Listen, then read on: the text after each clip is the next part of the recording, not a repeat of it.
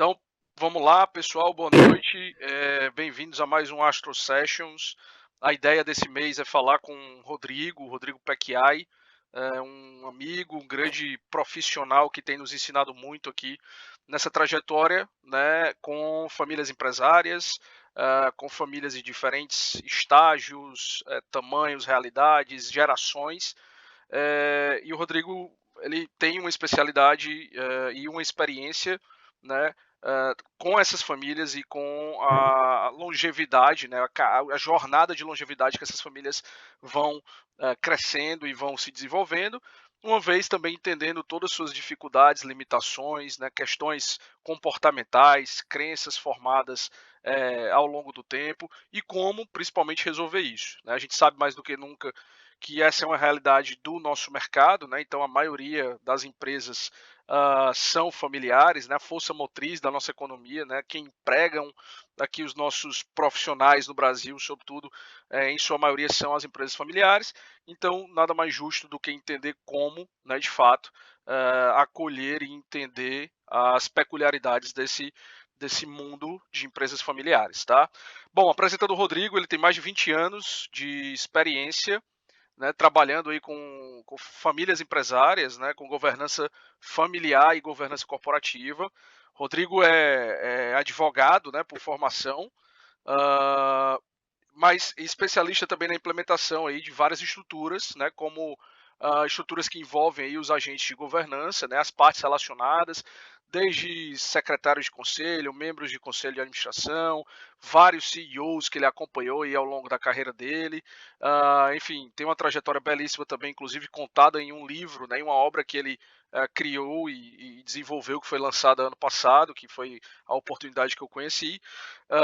Ele é especialista aí também em direito societário, com pós em administração de empresas aí na GV, e também é um conselheiro formado pelo Instituto Brasileiro de Governança Corporativa, instituto esse que a gente sabe que detém aí, eu acho que a gestão do conhecimento dessa matéria no nosso mercado brasileiro, né? Então, Rodrigo, mais uma vez, obrigado. Queria que rapidamente você iniciasse aí contando um pouco da tua trajetória, essa trajetória belíssima aí que se transformou, né, derivou numa primeira obra que você conta aí todos os fatos, né, e momentos que você teve aí em conselhos, né, em famílias empresárias que já têm diferentes ou até mais evoluídos também estilos de governança, e trazer logo um pouco do teu olhar, né, o que vem acontecendo no nosso mercado ao longo dos 20, ou melhor, quase 30 anos, né, em termos de desenvolvimento, né, como é que você vê essas famílias entendendo já a necessidade de profissionalizar a família e o negócio da família. Bom, Francisco, primeiro, obrigado aí pela oportunidade. É um prazer estar aqui com você. Francisco realmente é uma pessoa muito querida aí, e a gente se conheceu há um tempinho atrás e teve uma grande empatia, né? Bom, a minha formação em governança, eu sou advogado, como você falou, e me formei há quase 20 anos, e ela não se deu na academia, ela se deu na prática mesmo, né? Porque uma vez advogado, eu trabalhava, eu fui, meu primeiro contato com o mundo corporativo foi uma empresa, uma joint venture, entre um banco estatal brasileiro e um banco americano, né? Isso estou falando há 20 anos. E eu fui, à medida que eu fui para essa empresa para trabalhar no jurídico, né? No dia seguinte, o CEO me chama e diz o seguinte: ó, você vai ser o secretário de governança dessa, dessa corporação aqui. Aí vem o presidente lá dos Estados Unidos só para reunião, veio o presidente do banco aqui do estatal só para essa reunião, e estava feita a governança, né? Estava feita o conselho de administração estava reunido e eu tinha que fazer uma ata. E foi daí que eu comecei a ter contato enfim, com os administradores, com os conselheiros, CEOs. E como eu não tinha tido essa formação, eu fui buscar o IBGC lá em 2004, né? Então, no IBGC eu fiz esse curso para conselheiro de administração, que é um curso muito bom, que me deu uma visão muito completa, né, de como seria governar de forma ideal uma companhia, uma organização. E daí eu comecei a dar meus passos. Então, tive um primeiro contato com empresas familiares depois de 6 anos, onde eu realmente fui trabalhar numa consultoria para empresa familiar. E daí seguir o meu caminho, implementando conselhos, auxiliando as pessoas a como realmente alinhar os seus interesses, como, de uma forma harmoniosa, conduzir uma organização de forma que ela possa ser próspera, né? Possa ter êxito, seja lá com quem for, né? Seja lá os acionistas, os donos, os sócios, como é que a gente pereniza, perpetua uma organização, né? De uma maneira que ela, independentemente de quem esteja à frente da gestão, conduza esse negócio. Então, basicamente, é isso. Hoje eu sou um consultor de empresa familiar e estou como conselheiro de algumas outras, é, e é isso.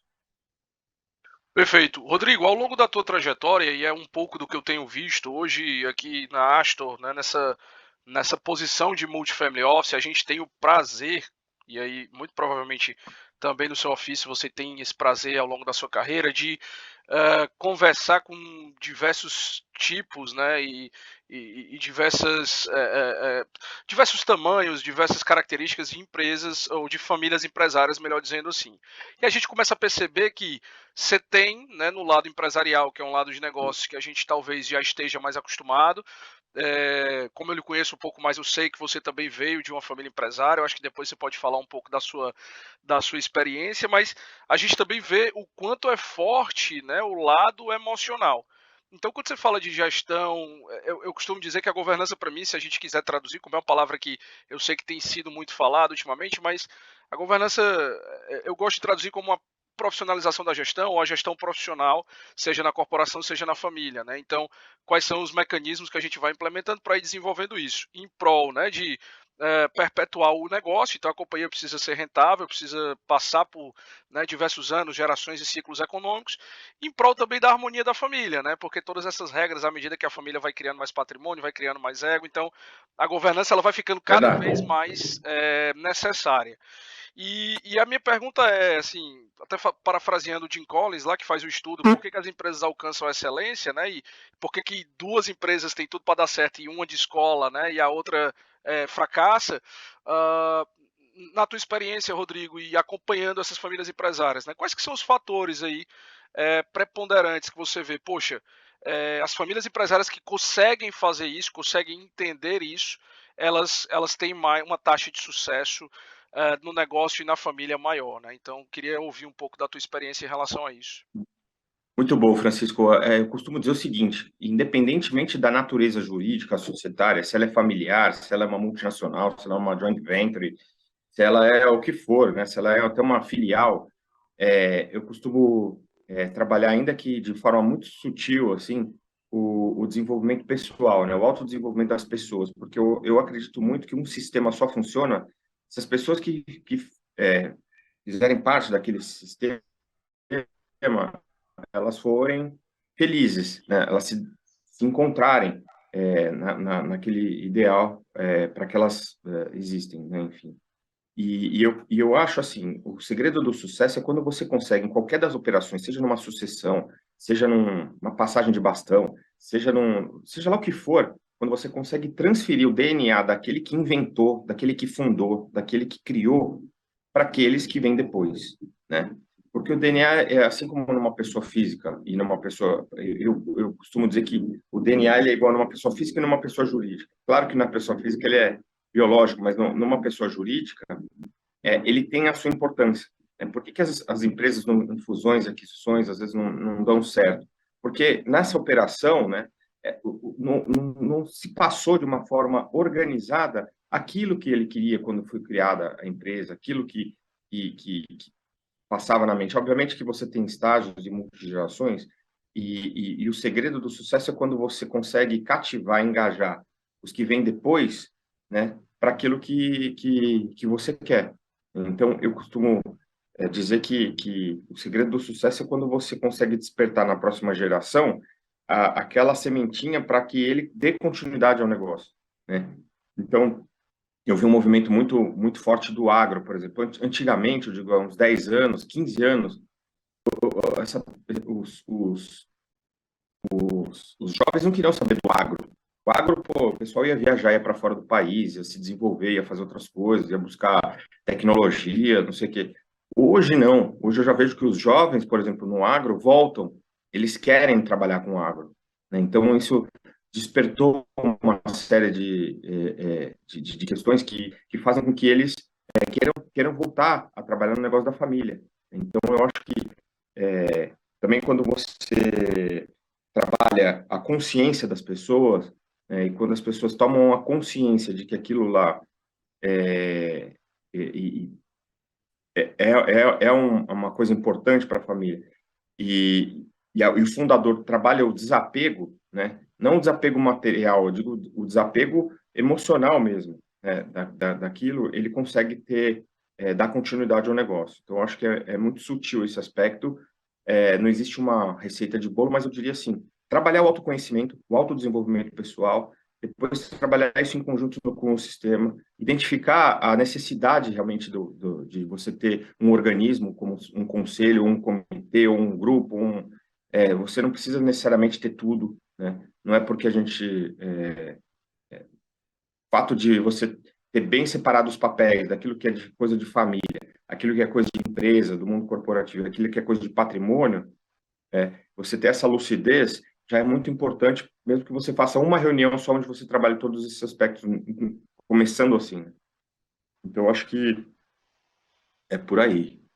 Quer dizer, tem Perfeito. muito mais coisa, mas... Rodrigo, você falou acho que um ponto importante, eu vejo que talvez mais críticos e decisivos no processo de estruturação de governança ou até de entender o quanto a empresa familiar pode alcançar mais longevidade é de fato o momento de sucessão, né? Então a gente tem estatísticas que são bem cruéis ainda, né, no nosso mercado. Então você pega aí dados que, enfim, tem fontes diferentes, mas em média se fala que a cada 100 empresas, né, apenas 30 sobrevivem ali à passagem da primeira sucessão, ou seja, passar da primeira para a segunda geração. É, eu vejo que é muito comum, ou talvez mais comum, a gente escutar o tema de sucessão patrimonial. Passamos aqui por 2 anos de Covid, que a gente viu todos os problemas, né, do não arcabouço de estrutura para a Sim. sucessão patrimonial, enfim, problemas com inventário, falta de planejamento. Então, essa parte patrimonial é um tema que talvez já seja algo que dói um pouco mais, mas você também tem, né, todas as questões de sucessão no negócio da família, né? Então, eu acho que o grande ponto aqui que eu queria que você explorasse, e é um desafio também quando eu vejo as famílias multigeracionais, é que a figura do patriarca, pegando uma família modelo aqui, né, que o fundador ainda é um fundador ativo e saudável. Você pega o patriarca aqui, ele vem de uma geração totalmente e de uma realidade totalmente diferente do seu sucessor potencial, né? Vamos dizer que de algum dos filhos que ele queira nomear para sucessão. Você fala, pô, podemos entender que o fundador normalmente é uma pessoa mais empírica, que aprendeu fazendo, barriga no balcão, internacionalização Uhum. tardia, é centralizador, gosta mais de microeconomia do que de macro. Então, e aí você vai pegar a antítese, né, do filho que nasceu já dentro de uma estrutura que proporcionou coisas diferentes em termos até de comportamento e educação.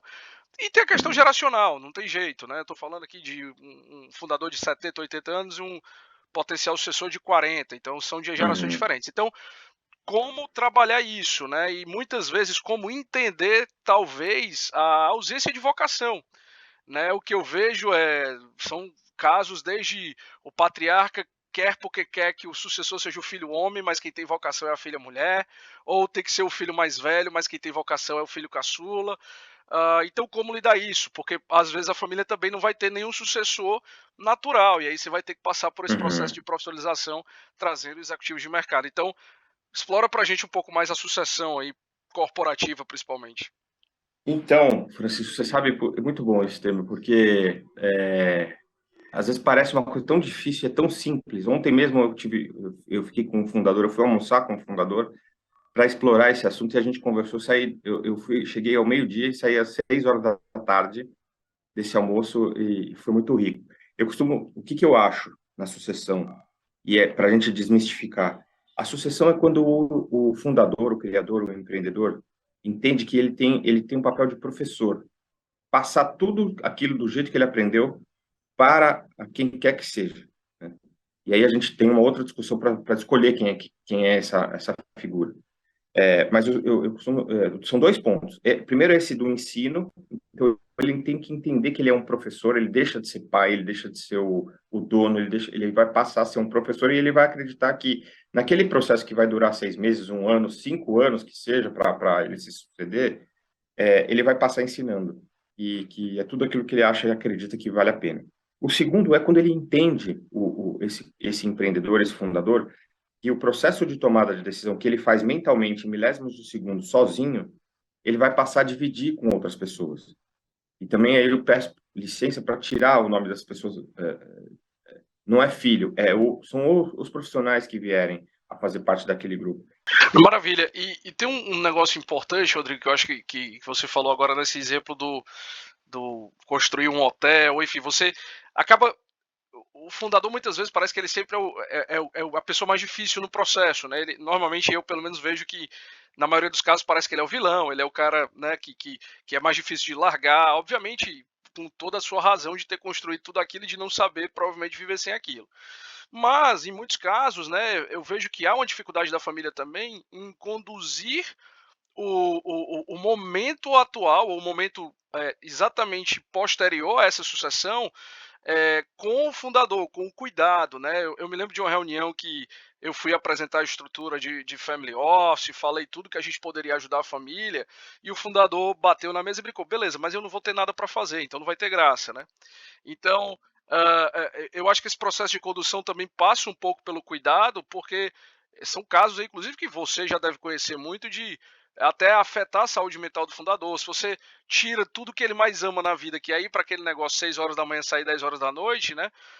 Você provavelmente pode causar um outro problema, e muitas vezes a gente não enxerga isso. Então, é, uma vez que o sucessor, né, tem vocação e que a gente consegue entender o processo de sucessão, que cuidados também a gente tem que ter com o sucedido, né? Perfeito, meu amigo. Obrigado por mencionar o seu livro também. Eu estou aqui com o site da Amazon aberto. Pessoal, o livro do Rodrigo eu tive o prazer já de ler, inclusive fez uma dedicatória aí, um momento que a gente esteve junto que eu conheci, e ele estava lançando o livro no final do ano passado.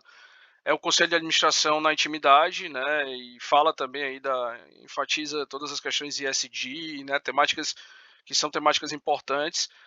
São as experiências contadas, né? Então acho que é uma forma muito interessante de você absorver o tema, qualquer tema que seja, né? Com estudo de caso. Então acho que fica à disposição. A gente vai colocar aqui também no link sobre o livro do Rodrigo. Então, Rodrigo, mais uma vez, obrigado. Desejo aí um momento maravilhoso, né, na sua carreira, na sua família também. Então, foi um prazer conseguirmos ter esse momento e escutar um pouco aí da sua experiência.